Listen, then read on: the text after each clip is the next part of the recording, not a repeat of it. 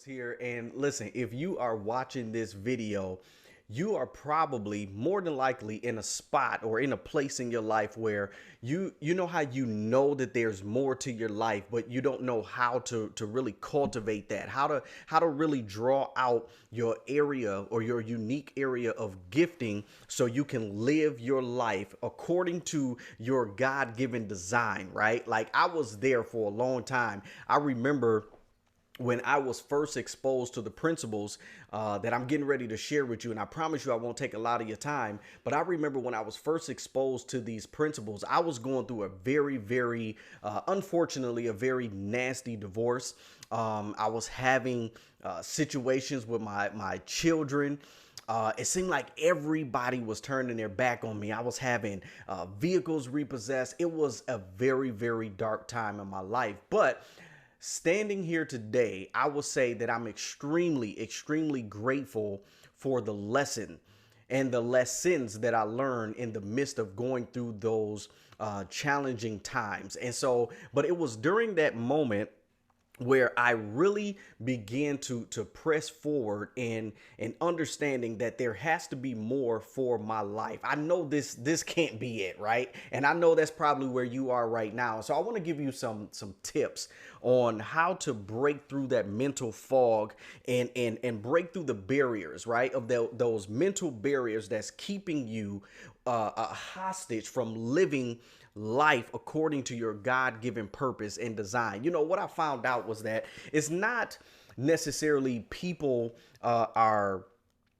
I would say scared to pursue purpose to pursue purpose, but it's how do you do that, right? How do you recognize what that purpose is? How do you recognize the reason that you were placed on this planet?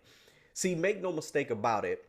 Like you, I understood that there was something more to my life. I understood that God created me for a specific purpose.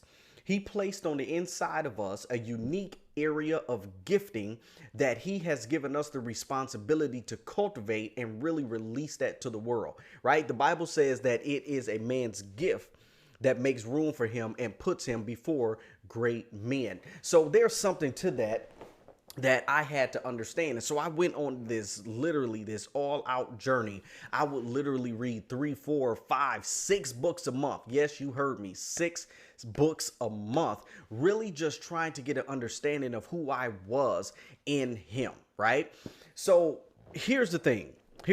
And I wrote about these principles in my book, The Lion's Den. If you do not have a copy of this book, I highly encourage you to get a copy of this book. I'll leave, the link below for you to do that. But I'm going to share with you 4 basic principles that you need to understand that is going to begin to help you begin the path, if you will, of discovering purpose and then having that boldness and conviction to really go after it with everything you got unapologetically and not for the sake of impressing someone, but really to impress upon someone that you have a unique gift that the world needs, right? See, my mentor shared with me years ago. He said, Mike, you have a solution to a problem that exists in you right now. The challenge is you have not yet identified what that problem was. And so again, I went on this journey to discover what that was. And there was 4 basic questions. And I'm using the word basic because they're not super deep, but it takes some time and it takes some thinking on your part to be able to really arrive to the answers of this. Okay. So the first question that you need to ask yourself when it comes to discovering purpose, right, and how to break through that mental fog is, who are you? Okay. Now, when I say who are you, I'm not talking about your occupation. I'm not talking about what you do every single day necessarily at a job. Okay. Nothing wrong with the job. I'm not knocking the job, but I want you to understand something, that your job does not define who you really are. Your job does not define your value. Who you are is it's what I mean by by asking the question who you are. I'm asking you, where is your source? Who do you believe that you are? Right? If you believe that you're a nobody, then that's who you are. It's important for you to understand that. Now, I am not condoning or validating that you are a quote unquote nobody, but whatever you think you are, or whoever you think you are, that's who you are. You accept that as your reality. Now, it may not be the truth, but it is the reality that this is who you have decided that you're going to be. And so it's a question of who you are, okay? Or a question of your source. The next question, again, I'm taking this directly from my book, The Lion's Den, but the next question is, what would you like to be known for? Okay. The foundation of this question is that of contribution.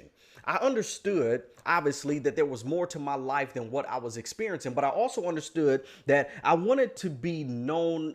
I wanted to contribute to society, right? I wanted to create a legacy, not only for my family, but when people are looking at me in that box, when that day comes, when they're looking at me in that casket, what will people say about me? What would they say about the impact that I've made in someone else's life? Not for personal gain or personal glory, but I wanted to know that my life mattered. Okay. And what I'm doing right now is exactly what I want to be known for, to help people cultivate the potential on the inside of them. What does that mean? That means that it's my responsibility, it's my obligation and my mandate to literally show you who you are. I like to call it the invisible mirror, right? So it's my responsibility to snatch out that invisible mirror that's been placed on the inside of you. Then it becomes my responsibility to show you a reflection, an invisible reflection of who you are. Put that mirror right back on the inside of you to inspire you to become who you've really been created to become. It's a process to do that, but we have to first understand who we are, and then we have to understand or ask ourselves the question, what do we want to be known for? The third question that you have to ask yourself is, what is your vision? Okay. And I'm going to read this. It says, I'm not referring to your physical eyes here. Again, this is a question of legacy. Okay. How and what is your vision? If your vision is only for today, then you've missed it. Your vision should always surpass your generation. Your vision should always surpass your lifetime. So what is your vision? How will you make an impact? As a matter of fact, I heard someone say vision, and I heard this years ago, are vital images of success, increased order, and new direction. So what is it? What is the new direction for your life? What is it that you want out of your life? What is your vision? What is your vision? All leaders are visionaries. All leaders are visionaries. I want you to say that. All leaders are visionaries. You have to see beyond just today. You have to see beyond just tomorrow. What's going to happen 5 years, 10 years, 20 years, 30 years, 50 years from now? What's going to happen after you die? What did your life mean? Okay. And then, of course, the last question is, what makes you what I like to call uniquely angry? This is a very, very important question. What makes you uniquely angry?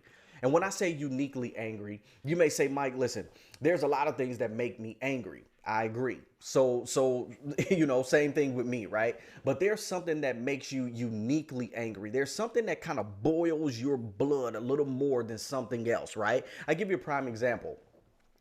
Martin Luther King, for example, became infuriated when he saw the injustice of just not us as African Americans, right? But just people. He became infuriated, so much so where he was willing to die for it. I want you to think about that. He was willing to die for that which made him uniquely angry. My mentor shared this with me. He said, you have to be willing to die for purpose. So the question that I have for you is, what makes you uniquely angry enough where you're willing to die for it to provide the solution to that problem? Very, very critical and very important question that you have to ask yourself. All right. So again, these are not easy questions to answer, but it does take some pressing in. Okay. So again, who are you? Who are you? The second question, who would you like, or what would you like to be known for? And of course, what is your vision? Question number 3, what is your vision? And then question number 4, what makes you uniquely angry? Okay. What makes you uniquely angry? Listen, this is a journey. It does not happen overnight, but I promise you this. When you can answer those 4 questions, your life is getting ready to change. I promise you. I'm telling you from living experience. Your life begins to shift and change when you can answer those 4 questions. Here's the thing though. Once you begin to answer those 4 questions, you'll be tested on your resolve and your conviction and what you discover. All right. So that's the exciting part of leadership. And we have different courses. We have different coaching options and so forth for you to be able to really dig deeper. You can work with my team and I. Just click the link below. I'll put all that information below where you can actually get some more information on that so we can really foster and build that based on what it is that you desire from your life. I believe with everything in me that everyone has been given a specific purpose, but it's our responsibility to discover it, to cultivate it, and express it to the world. All right. It's not my responsibility to do what you were called to do. And this is the reason that you hear me say in all my videos, when you're living in your purpose, there's no such thing as competition. Because when you are able to identify why you're here, there's no one else that can stop you, nor do you need to prove yourself to anyone. You validate it within yourself based on who God has told you you are and shown you who you are, that everything begins to change for you. All right. So as always, y'all already know the drill. When you are living in your purpose, there's no such thing as competition. Until next time, God bless. Let me know how this video helped you. Just go ahead and comment below. What was your greatest takeaway? And of course, if you want to work with my team and I in helping you dig deeper into that and really just breaking through those mental barriers that's holding you hostage, then I want you to reach out to us. We are ready to help you. We're ready to serve you. And this is what it's all about. All right. So until next time, God bless. Take care.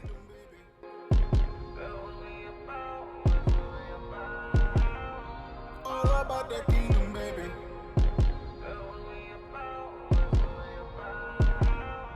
All about that. We straight taking principles, apply them like they tattoos, and never ever violate them.